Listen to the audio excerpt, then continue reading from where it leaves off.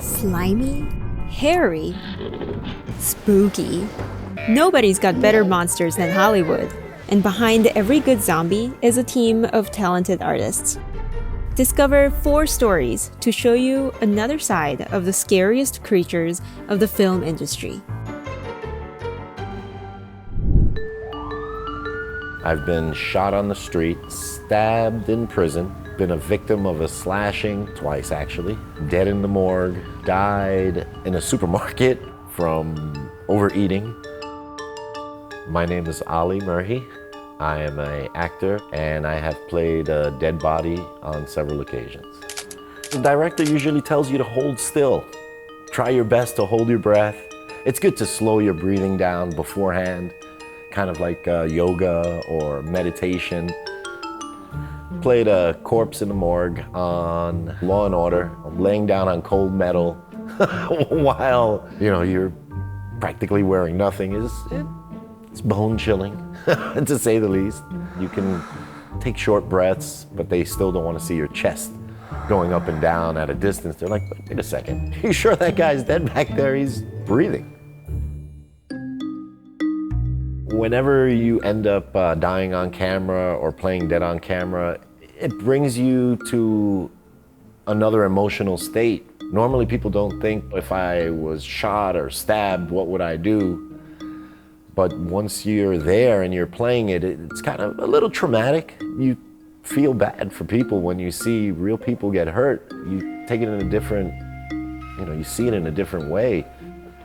My kids watch it sometimes and they're like, Dad, you're dead. They killed you. I'm like, no, I'm here with you now. I'm okay.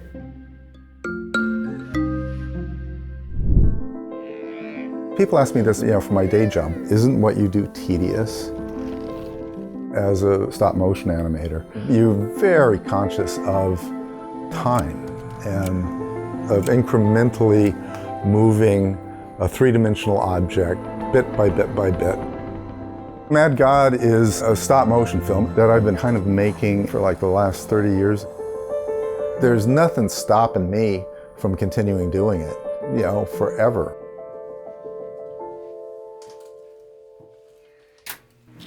When I was 5 years old in 1955, I saw King Kong on television.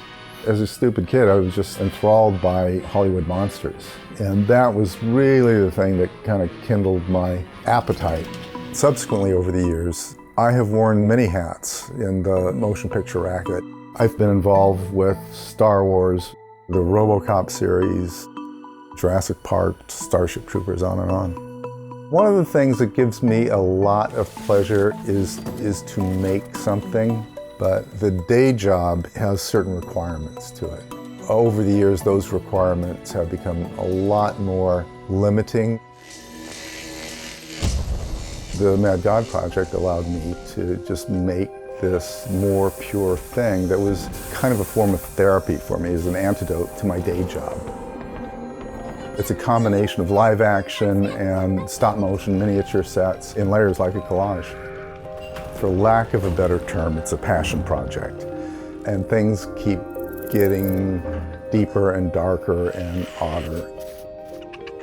There are imaginary cities that are built out of iron ingots. There's like strange jungles that you go through. There's this huge, dystopic, post-industrial nightmare city. And it just goes on and on and on. I mean, practically anything that I can think of. Inherent in it, there's a level of surprise that I think, for me is very childlike kind of a thing. I shoot here at my studio in Berkeley.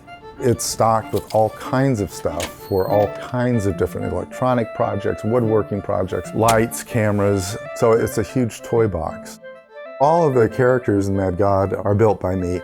The process begins with the articulated skeleton, and that's made by ball and socket or hinge joints that allow you to move the characters incrementally, one frame at a time. And then I just wrap lengths of polyurethane foam and build up the general mass. From there, I will take latex skins, adhere them with rubber cement, paint the thing, and then it's ready to shoot. When you're actually shooting a stop motion scene, you project into the character. And sometimes it can get very complicated. You are always gauging acceleration and deceleration, weight and mass, and then that kind of leads to, but you know what would make it better? For me, this whole process is more of a compulsion. I really have no say over it. It's just something that I have to do. You know, I've been doing it so long, I breathe, I live and breathe in this world. It's all I think about. When it comes to horror movies, there's an actor who is so good at his job, his performances stay with you like a nightmare you just can't wake up from. But trust us, he's a really nice guy. Could you give us a clap? Let's go. I'm Javier Barreto, and I'm an actor. And Javier's been in a lot of movies. You probably just didn't see him because, well, he looks quite different most of the time. I feel very comfortable in monster roles. I've been in It, Mama, Conjuring 2, Crimson Peak, Slender Man. And let's not forget he's been in The Mummy and Alien too. I'm very skinny. I'm 2 meters tall and 56 kilograms. It's not a problem of eating because I love to eat. It's a personal condition. It's called Marfan syndrome. Javier's career started when he met a prosthetic makeup teacher in Madrid.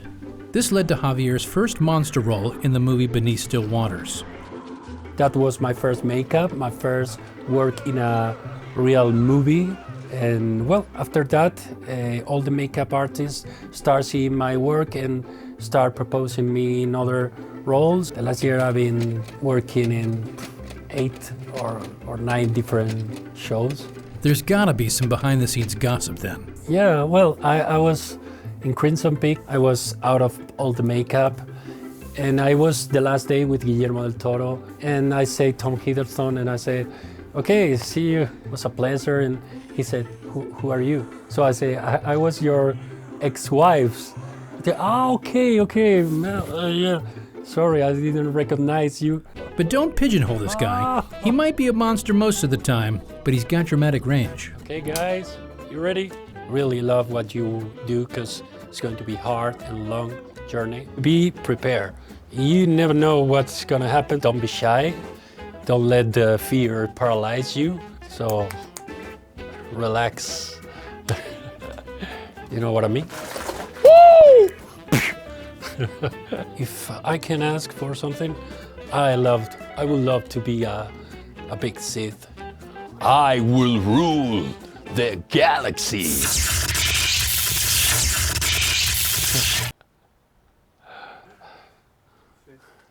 That's amazing. That's amazing. Thank you. Was our first feature Point Break? Did we do that before Tremors? Not officially, yeah. Right. So as a company, Tremors would be the first, technically the first feature. I guess. I don't know. Someone should Google that.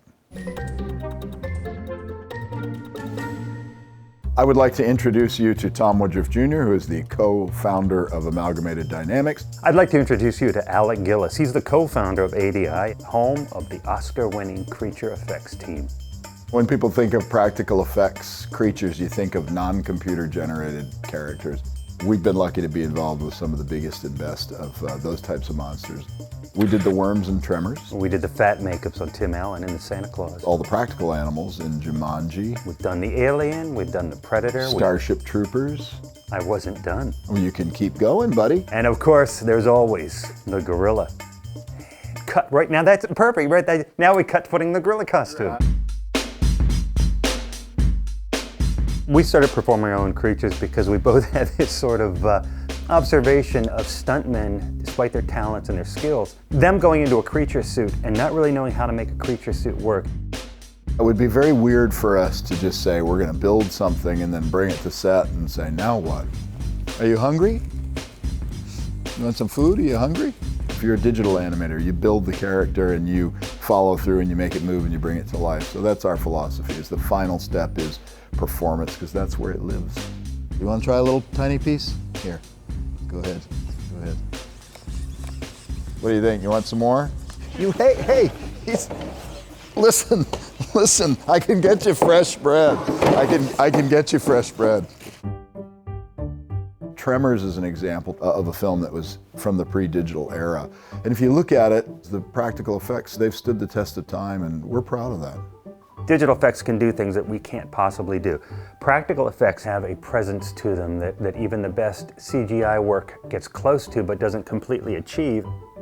In other words, there's more emotion, I believe, to a practical creature than to a digital creature. Wave to the camera and say goodbye. Bye-bye. Bye. He's so temperamental. Hey everybody, my name is Drew Beebe, and I'm here in my terrible home studio that I've made during quarantine, and I wanted to tell you about our new podcast called Great Big Story.